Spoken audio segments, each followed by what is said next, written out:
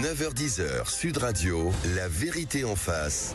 Patrick Roger. We had a great call and it lasted for over an hour. Мною принято решение о проведении специальной военной операции. And I think we're on the way to getting peace. I think. Кто бы ни пытался помешать нам, а тем более... Bon, vous avez reconnu Trump et Poutine, ils se sont parlé. Ce n'est pas un extrait, je tiens à préciser. D'une part, ce n'est pas de l'intelligence artificielle, ce sont vraiment leurs voix, mais c'est pas non plus un extrait de leur dialogue ces derniers jours, parce qu'ils se sont parlé au téléphone et ils vont se voir, a priori, en terrain neutre en Arabie Saoudite. 3 ans de guerre en Ukraine et on a l'impression d'être à un tournant. Nous sommes avec Pierre Lellouche, ancien secrétaire d'État aux affaires européennes, auteur d'Engrenage également, je vous avais reçu pour ce livre, La guerre en Ukraine et le basculement du monde aux éditions Odile Jacob. Bonjour Pierre Lellouche. Bonjour à vous.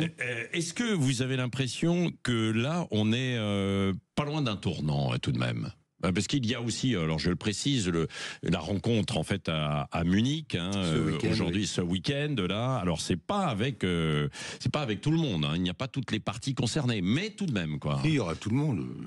Ah bah il y aura pas Poutine. Ah non, il n'y a pas les chefs d'État, mais au niveau des ministres, il y aura à peu près tout le monde. Et Zelensky va venir. Ouais. Bon, ce qu'on est en train de vivre, c'est effectivement un tournant. Un tournant à plusieurs étages. D'abord un tournant parce que je pense qu'on entre dans la phase finale de cette guerre, comme je l'avais écrit. Ouais. Mon livre est sorti en octobre, j'ai travaillé sur ce livre depuis 2 ans et demi, et malheureusement, ce que nous vivons aujourd'hui était parfaitement prévisible, et dans mon cas, écrit. Donc, ce qui me surprend, c'est la surprise des dirigeants européens. Non, mais ils ne le sont pas. Ils font semblant d'être surpris. Non, je crois qu'ils sont authentiquement surpris, parce que ils avaient fini par croire aux illusions qu'ils entretenaient tous les jours depuis 3 ans. Il y avait beaucoup d'illusions dans cette guerre. La première, c'est que l'Ukraine pouvait la gagner, alors qu'on sait depuis l'échec de l'offensive de 2023 que malheureusement c'est juste impossible. Ouais. Pourquoi c'est impossible ? Tout simplement à cause du rapport de population. L'Ukraine, depuis son indépendance il y a 30 ans, a perdu 20 millions d'habitants. 10 pour mauvaise gestion économique, les 10 premières années, et maintenant 8 ou 9 pendant la guerre. Donc il reste 30 millions, ils sont partis, un peu plus de 30 millions, contre 145 millions de Russes. Ça le fait pas, il manque d'hommes.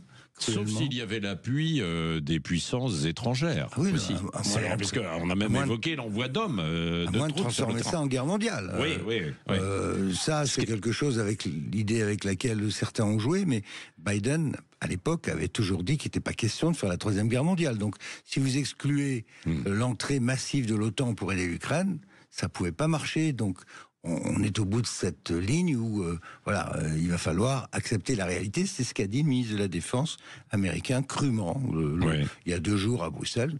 L'Ukraine ne peut pas récupérer les territoires perdus. Article 1. Article 2, la guerre ne pouvait continuer que tant que les Américains envoyaient des armes. Ils ont décidé d'arrêter d'envoyer des armes. Trump avait déjà averti, là encore l'an dernier, pendant 6 mois, tout avait été stoppé. Là, ils veulent pas. Voilà. Si vous voulez qu'on vous aide, il va falloir nous donner des terres rares. Des terres rares, mais donc, deuxième illusion, les Américains ne veulent plus. 3e illusion, ça va se régler par l'entrée de l'Ukraine dans l'OTAN. Mais les Américains ne voulaient pas faire entrer dans l'OTAN. Ils ont fait semblant. Mais ni Biden ni Trump voulaient laisser entrer l'Ukraine dans l'OTAN. Donc, surprise. Voilà, il n'y a pas de solution. Donc là aussi, fin d'une autre illusion. 4e illusion, alors ça c'est celle de Macron et des Européens. Vous allez voir ce que vous allez voir, la défense européenne, la souveraineté européenne, on va remplacer les Américains. Mais j'attends toujours de voir. Ça fait 3 ans qu'on parle de réarmement, 3 ans que cette guerre a commencé. 1 million de tués et blessés, on n'a toujours pas réarmé en Europe. Donc on se paye de mots. On a affaire à une bande de somnambules qui avance dans le noir, qui raconte une histoire.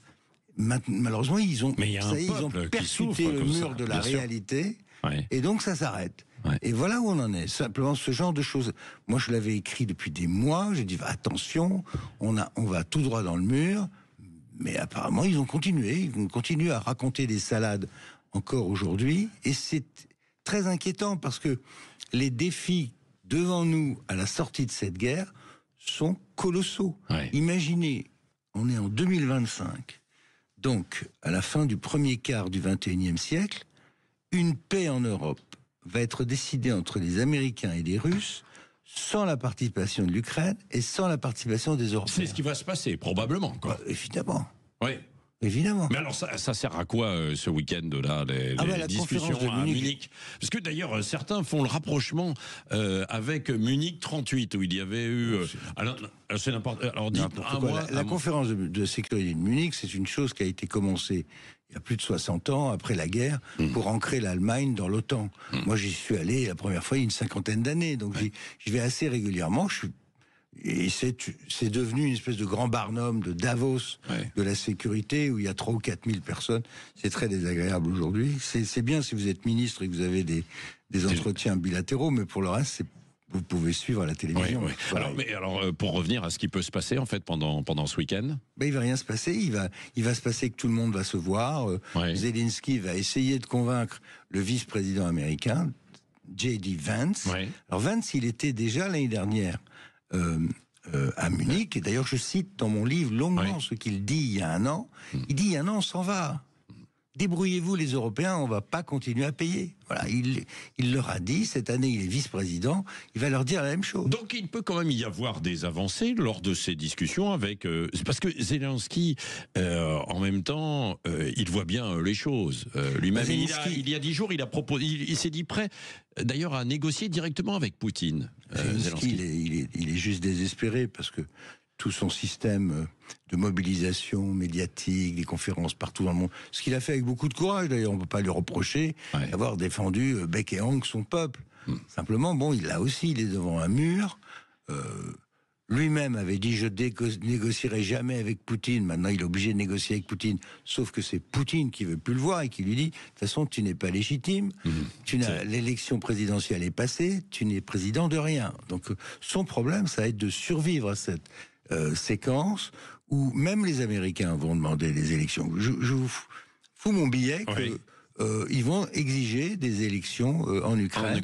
À l'issue desquelles, très probablement, Zelensky va être sorti, comme c'est toujours le cas. Rappelez-vous. Déjà, ça a été assez difficile ces derniers temps, même pour lui. Il est en train de. Avec ses généraux, il y a eu beaucoup de rivalités. Beaucoup de rivalités, beaucoup de problèmes de corruption, et puis des opposants. L'ancien président Poroshenko est de retour, donc il va y avoir une campagne électorale à un moment ou à un autre. Le problème, ça va être de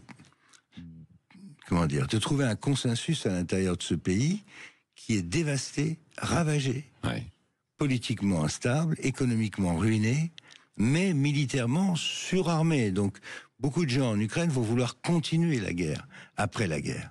Donc, il va falloir trouver un système dans lequel, nous, Occidentaux, on va naturellement pas reconnaître l'occupation russe du Donbass et de la Crimée, on va dire, on reconnaît pas.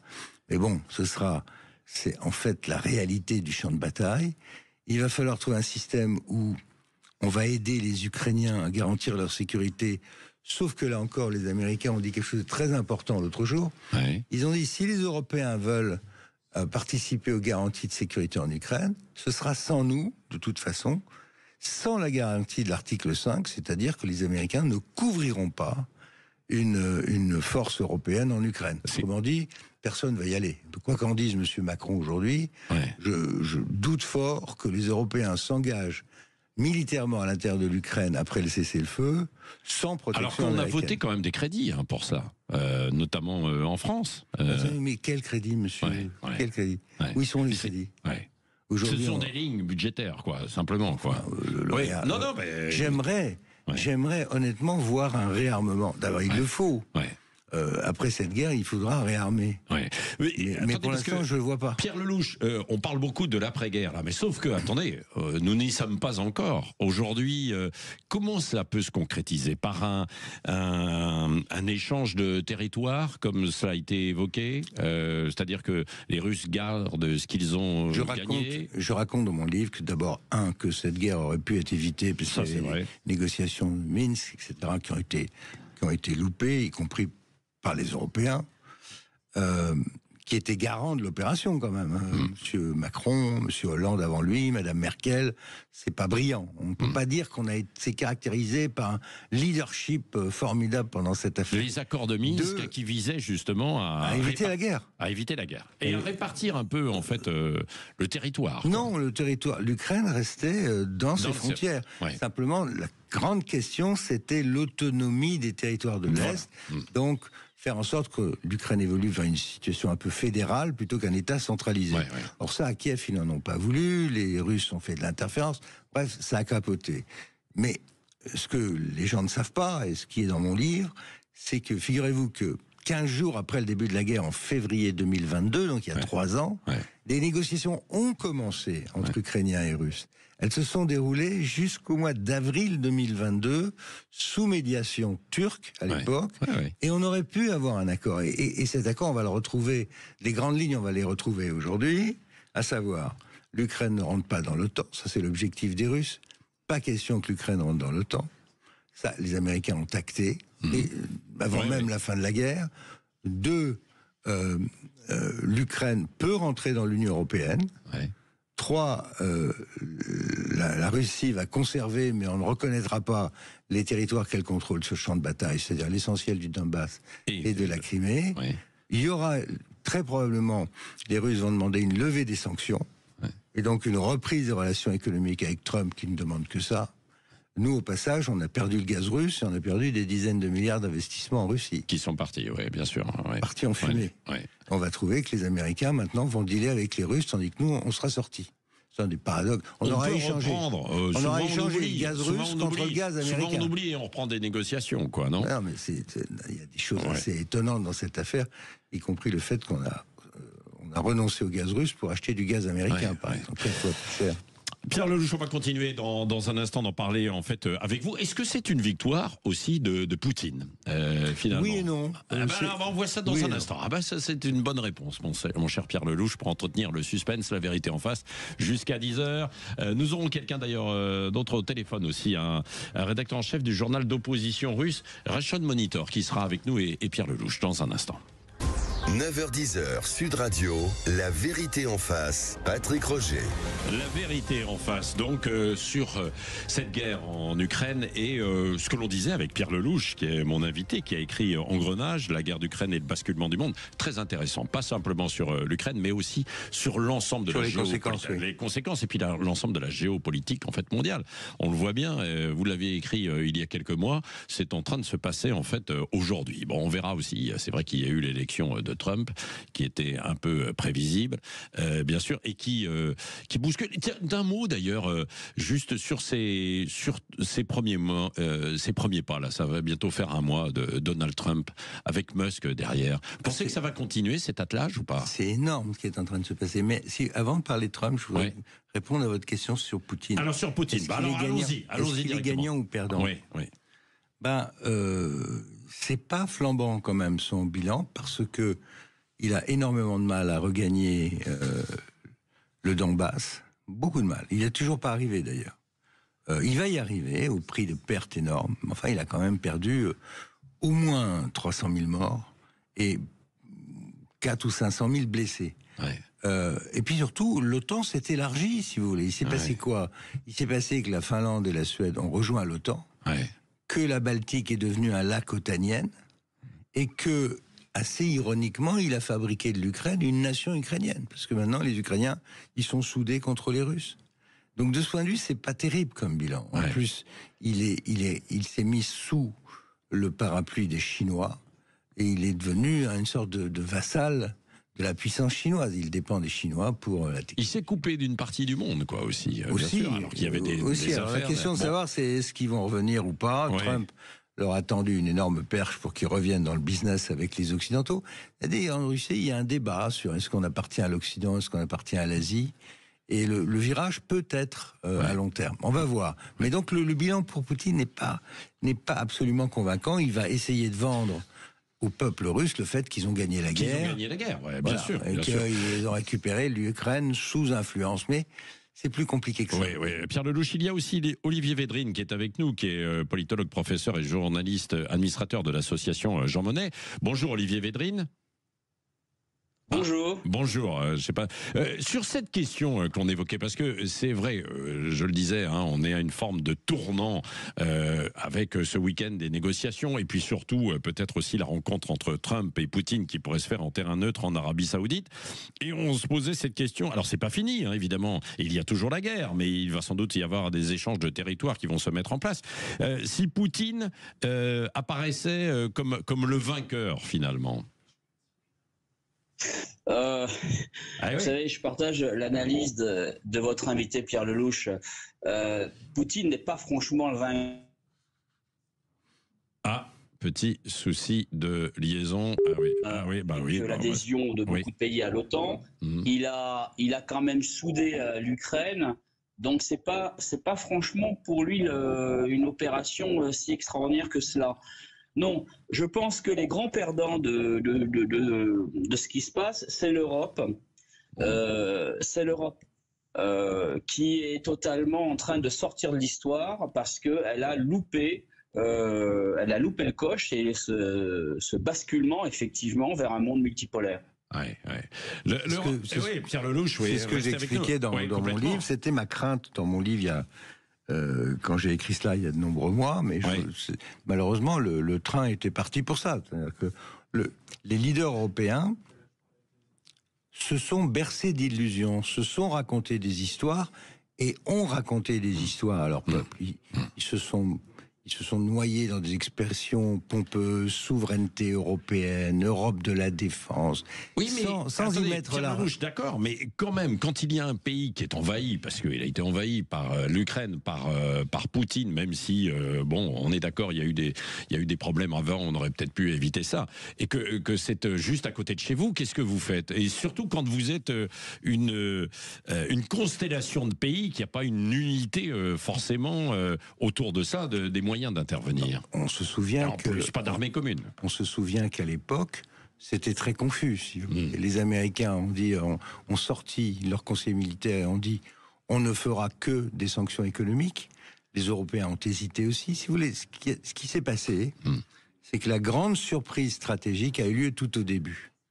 Quand les Russes ont raté leur opération de prise de contrôle de Kiev, et ils ont perdu des centaines de chars parce que les Ukrainiens ont vaillamment résisté. La première phase de la guerre a été une déroute pour les Russes qui ensuite ont dû se retirer. C'est pendant cette période qu'il y a eu les négociations d'Istanbul. Et c'est pour ça que je regrette qu'à l'époque, on n'ait pas aidé les Ukrainiens à obtenir un deal qui aurait été bien plus favorable qu'aujourd'hui. Et notamment les Européens, donc, qui auraient pu peser, quoi. Mais le problème des Européens, c'est qu'ils se sont embarqués dans cette affaire sur le coup de l'émotion et de l'indignation, parfaitement compréhensible, vous l'avez dit, mais sans analyse stratégique et sans but, en suivant simplement ce que faisait Biden, qui lui-même n'avait pas de but.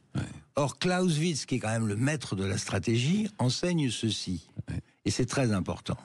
La guerre, le dessein politique est le but. La guerre est le moyen. Un moyen sans but ne se conçoit pas.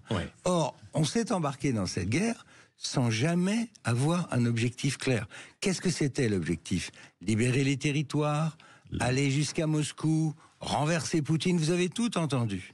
Tout entendu. Et à aucun moment, du côté occidental, on a mis en face des objectifs, des moyens. Et très vite, on s'est aperçu que les moyens ne suffisaient pas. Ça dépendait entièrement des Américains, parce que les arsenaux européens sont vides. Une fois qu'on a vidé le peu qu'on avait, on l'a donné aux Ukrainiens, y compris en France. Donc si on veut faire la guerre, il faut avoir des moyens quand même. On n'a pas relancé la machine. Qu'est-ce que peuvent faire les Européens en fait aujourd'hui? Olivier Védrine, on vous a retrouvé en fait au téléphone. Oui, écoutez, les Européens aujourd'hui, à part faire des déclarations, pas grand-chose. Effectivement, on n'a pas de défense européenne. On a des armées qui individuellement sont pas capables de faire face à un défi tel que mettre des troupes en Ukraine. Je vous rappelle qu'il y a une armée dans l'Union européenne, c'est l'armée française qui est capable effectivement de faire des opérations extérieures. Le reste, si vous voulez, c'est de l'antillonnage.